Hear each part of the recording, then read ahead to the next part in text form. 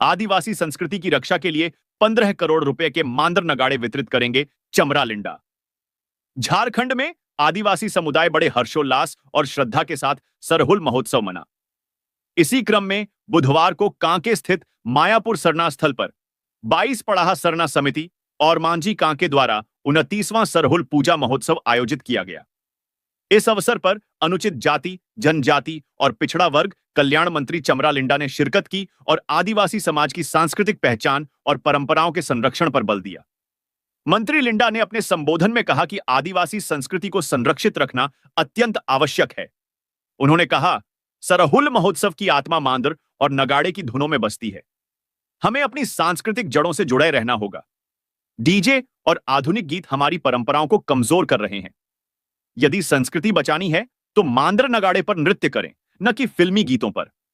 उन्होंने यह भी कहा कि उनका मंत्रालय आदिवासी समाज को शिक्षित और सशक्त बनाने के लिए प्रतिबद्ध है और इसके लिए विभिन्न योजनाएं चलाई जा रही हैं।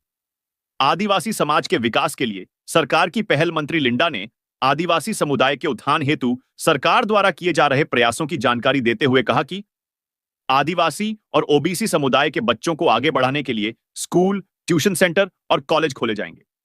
शिक्षा और स्वास्थ्य सेवाओं के विस्तार के लिए अस्पतालों की संख्या बढ़ाई जाएंगी। छोटा नागपुर क्षेत्र में सभी सरना स्थलों की बाउंड्री निर्माण हेतु विशेष योजना लागू की जाएगी।